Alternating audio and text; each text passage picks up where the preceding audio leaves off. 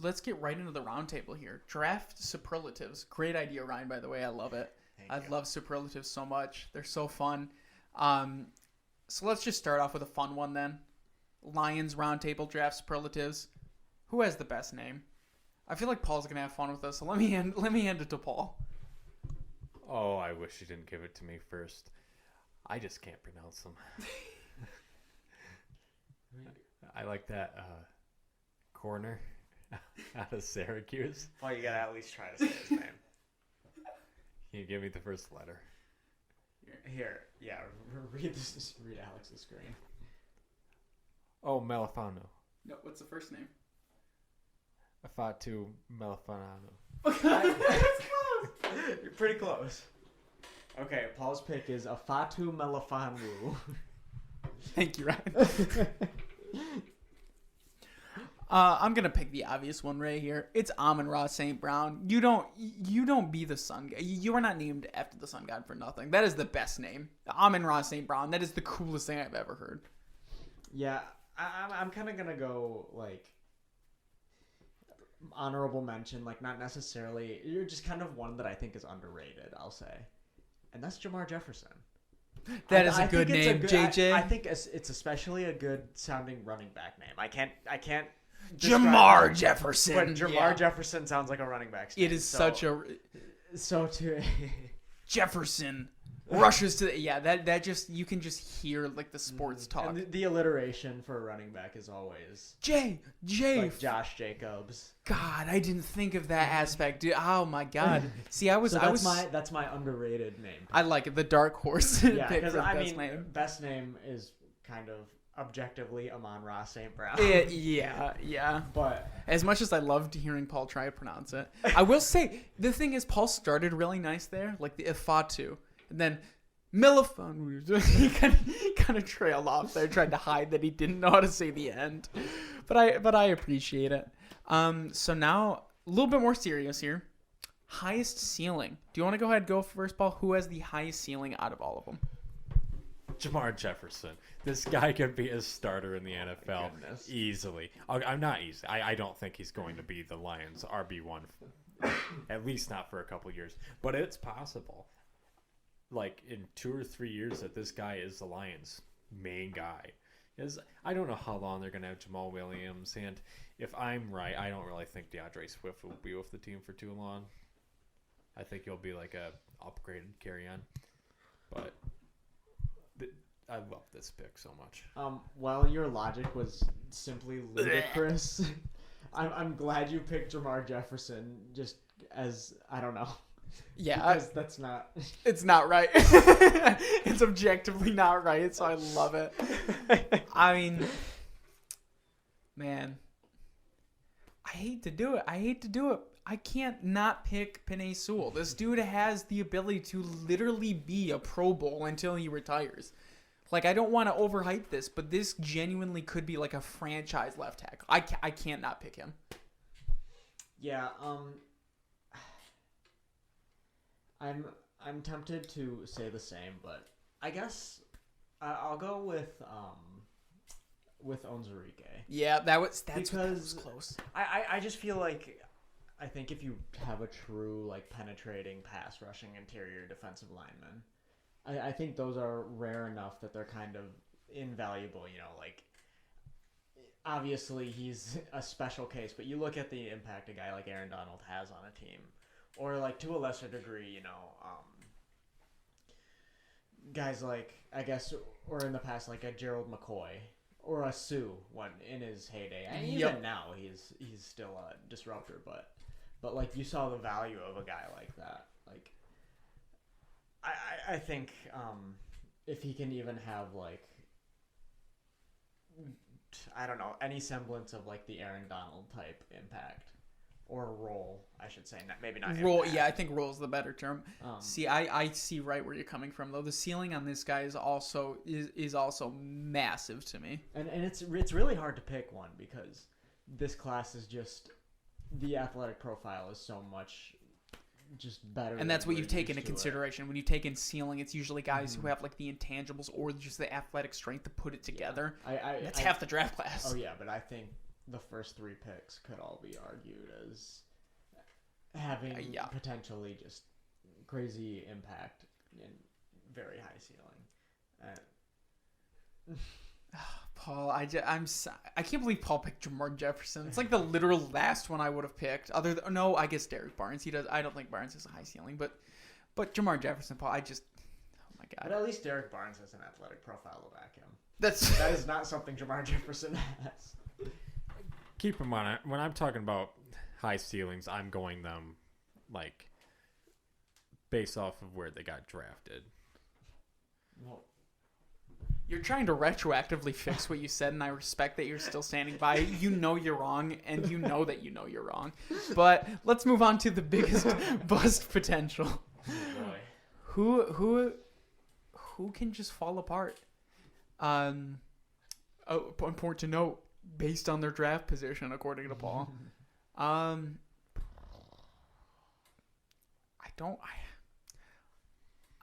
I'm gonna go on Zurike. Yeah, honestly, I was gonna go the same. I think he could also, just because you have to pick somebody here. Yeah, I mean, you could pick a guy like Jamar Jefferson, but I don't think it's considered. I don't think the impact of him doing bad would just it would be a lot different than. And that's not something you could use to argue against Holmes down the road. You're not gonna argue that his 7th round running back didn't hit. You're gonna argue that his 2nd round, what people may not have thought was the best decision, you're going to argue that against especially considering just the dreadful 2nd round, some of them that went with Tabor and Tavai and even Kerryon Johnson, as much as you hate to say it, and he had some good moments, that makes me so sad. He was a 2nd round pick in 2018, and now I have a football card of him, and it's so cool. It has like a piece of his jersey, a piece of his football, stuff like that. It's numbered out of 25. It's 1 of 25. He just seemed like such a down-to-earth guy. He's so fun. I follow him on Twitter. Yeah, he's such a good Twitter He's follow. just chill, dude. I miss him. But I agree. I think it owns Enrique just because when you rely on athletic profiles, well, it sucks because you can't predict it, but injuries. One injury derails it. You know what I mean? It can derail it. Right. I think the biggest bust is going to be Derek Barnes. I don't think he's going to be with the team in a couple of years. And that happens with a lot of draft picks. A lot of people don't talk about how the average NFL career is like 2-3 years. And I think he's going to be one of those guys. I think the Lions will rue the day that they traded up and didn't take Jabril Cox. Yeah, they're going to rue the day they didn't get a backup safety, and instead they got a guy who was in and out of the NFL away in the 5th round or whatever he was. Was it 4th round? What was Derek Barnes? 4th. Yeah, that's going to be... You're right, Paul. That's the biggest bust is the 4th round linebacker. You got me. God, I can't... Paul is devolving, I think. He has returned to monkey. When you're talking about busts, okay, where they got drafted does matter. If Mitch Trubisky got drafted in the 5th round, people wouldn't consider him a bust, but he got drafted in the top 5. Bro, you're literally making an argument against yourself right now. Derek Barnes is wouldn't be considered a bust because he's a 4th round pick. Yes, but you also have to take in context that the Lions traded up, drafted a linebacker, and a linebacker that was supposed to be picked a lot higher, Jabril Cox, is going to be good, and Paul, the Lions are going to regret not having him. You can't make a definitive statement like that based on mock drafts. Like, just because in the mock drafts he went in the 3rd round doesn't mean that every team had him. Like, obviously, as with everybody, there's a reason they fall. Yes, but also in your 4th round pick, especially an early 4th round pick that you traded up to get, let's keep that in mind. You expect this guy to at least play some role at some point, and my prediction is that he's going to be that guy that doesn't. Just because you talk more doesn't mean you make a good point. You blabbered on a lot about just absolute garbage, and I want to call you out for it. You're making weird choices and you're defending him, and I love it, Paul, and that's why you're such an asset to the show, is because I love hearing you just dig the deepest hole for yourself and somehow try and dig yourself out. And if you were in a room with just casual football fans, you would do it because you do a great job of it. It's just the thing is, it's just not solid what you're saying. I mean, you're saying he's a big bust, and I think he has honestly the lowest ceiling or the lowest floor out of a lot of these guys. Like, I don't know. He's just he's a well-rounded guy who is expected to be like not a practice squad, but maybe a decent backup. So, anyways, that's a lot of arguing for just biggest bust potential. Let's go most athletic. This is a fun one. This one's kind of hard. Yeah, and so I think like most athletic relative to their position. Yes, probably. yes. Okay, I'll take this one first. I'm actually gonna go with Melifonwu. This guy, he had crazy explosion numbers. I think he jumped like almost a 42-inch vertical or something. And he, if you look at like the RAS scores, I think it was either him or Sewell that had the top in the draft class. But yeah, he just combines like size and length with explosion, and I think that will kind of be like what he hangs his hat on in the NFL is his athleticism and his ability to like fly around and get into the right spots. So I'll go with Melifonwu for this one. So it's been a consistency with me tonight, but I'm gonna go Penei Sewell here. Just speed and strength. The two S's with athleticism. He's speedy. He's so fast for how big he is. I mean, like I said, you watch the tape of this guy. It's interesting to see him. He doesn't necessarily fly around like a Melifonwu does, but he does have. For his size, he has speed. He's so strong. He wins against almost any competition he has. I have to make him most athletic, but I definitely see Melifonwu. That makes sense to me. I'm going to continue my trend of unpredictability tonight, and I'm going to go with Amina St. Brown. Because this guy's ability to escape the first tackle and get those extra yards, that's not something you see every day. It's just quickness. It's not speed. It's not raw speed, but quickness that he has that lack in some of these other players. And so I love it. Aminawu. Amina. Oh my god. I can't even argue with you with that, Paul. Amina. So Paul's most athletic is Amina. Yeah. Interesting argument. Yeah. Especially since we're considering position compared to other wide receivers. Dude literally had like a slow 40 kind of. Dude, yeah. Like it. I will say I agree. His name is great. Amina is just a great name. But to each their own. So what is the best value pick here? Let's go to Paul first because Paul's obsessed with like value in the pick because of that draft game. So go ahead and kick it off, Paul. I'm actually going to go with Aleem McNeil as much as I want to go with Jamar Jefferson here.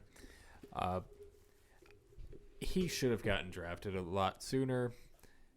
He's a DB, which the Lions desperately needed. And that's basically it. Why not? So with this one's hard for me as well because it's kind of like we were talking like most athletic is most of the class. I think most of this class is pretty value. Mm-hmm. I mean, these are pretty valuable picks. See, I hate thinking about saying Penei Sewell again, but like, I think he was the best in terms of his position other than Trevor Lawrence this year. So like, in a vacuum, the second best prospect in the draft, and the fact that the Bengals, for some screw all reason, passed on him, and the Dolphins don't get enough hate for passing on him. The Dolphins' offensive line is not that good. If you look at them, they're statistically, according to Pro Football Focus, they are a worse offensive line than the Bengals. They could have used a guy like that. I guess I think while that is probably true, I think they were at least more equipped to take a skill position player than the Bengals. Like, I think it's really... Yeah, that's fair. That's fair. I think the Dolphins made a worse decision than Cincinnati, mainly because Cincinnati had Jamar Chase available. Miami didn't. They went with Jalen Waddle, who is a good wide receiver, is likely going to complement Devontae Parker. But this was pointless. They should have gone with Panay or trade it down if it was available? No, I completely disagree. Justin Jefferson was like that. I think the Bengals passing on him is way worse. I get what your argument is making because like Justin Jefferson, I think is not a lot better, but like is definitely better than Jalen Waddle. But they were in such a better position to draft like that. The Dolphins were, that is to say, the Dolphins were in the position to pick like a skill position player. And the Bengals are not. The Bengals need some of those foundational players. So, hey, if it falls to the Lions, I'll take it. But, again, though, with the second round, Onwuzurike, he's arguably the best defensive tackle in the class. There was also Barrymore.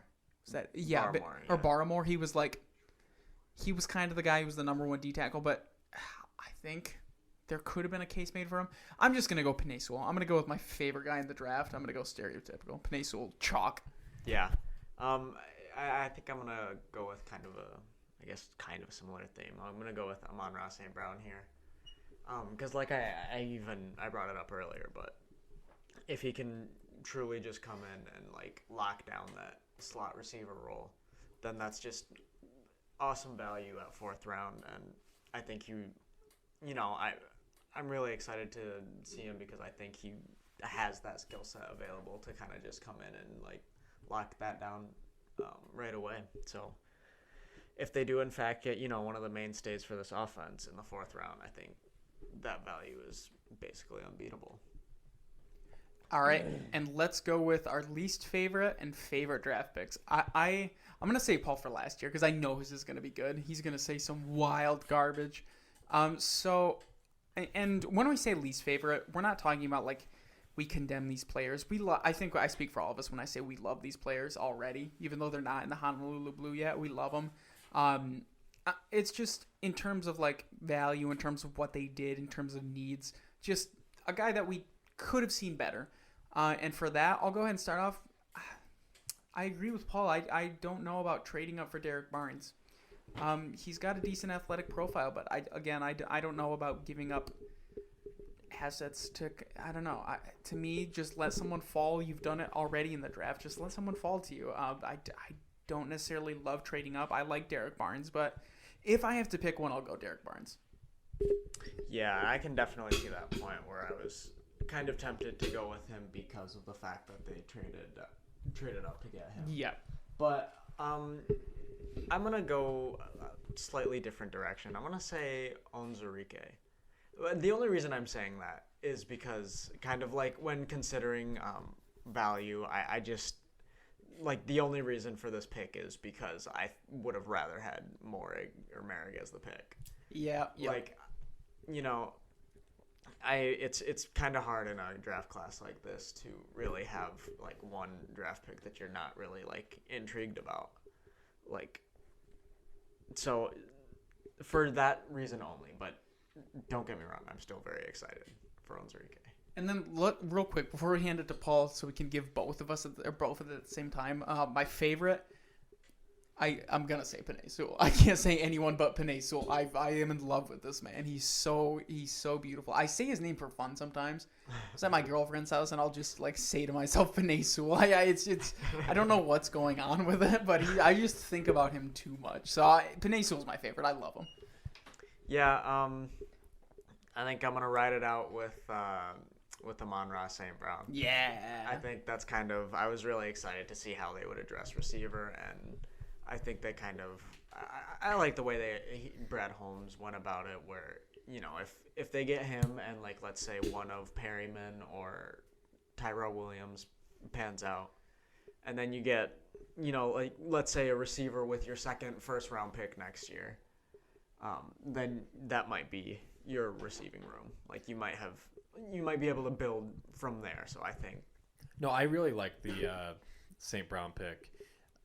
I didn't want the Lions to draft a wide receiver too early. I wanted them to get a wide receiver later in the draft if they were going to get one. And that was, to me, the perfect person and place to get a receiver. For my least favorite pick, I'm going to have to go with Aleem McNeil. However, I do completely agree with Ryan and Alex on their picks. Barnes and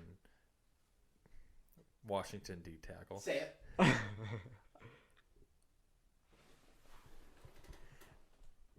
Anu was Ukuri. I can't say it if I haven't heard it. More time. Somebody else say it first so I can try to mimic them. Onzarike. Unsareke. So is that your pick? No, I'm going with Aleem McNeil. Oh, okay. Yeah, I didn't understand picking 2 D tackles. I understand they're going long term. I understand they're going big guys in value, but I didn't think this was necessary. D tackle wasn't on the list of team needs, and they went ahead and got 2 of them within the first 2 days before getting any of the team needs. I thought that was insane. Hopefully it pans out, though, you know. And then my favorite pick is Jamar Jefferson. I mean, this was probably the second best value in the draft behind cornerback from Syracuse that I can't pronounce. I'm going to attempt to pronounce it here.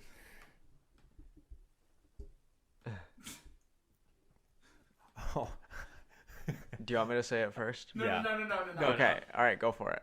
Afidu Batifano. Yeah, whatever his name is, I'm just going to call him the cornerback from Syracuse for right now. But Jamar Jefferson, he fits well in that RB3 category, soon to be potentially RB2 if Swift or Jamal Williams don't pan out. I think Williams definitely will, though. And he's from Oregon State, and as much as I like the Dogs, the Beavers are hilarious too. Like up in Cervalis, I just find it hilarious that it came from Oregon State, to be honest. That's the most Paul answer I've ever heard in my entire life. I like the 7th round running back, and I think he can replace our RB1. I think the third string running back is going to be more impactful than their starting right tackle.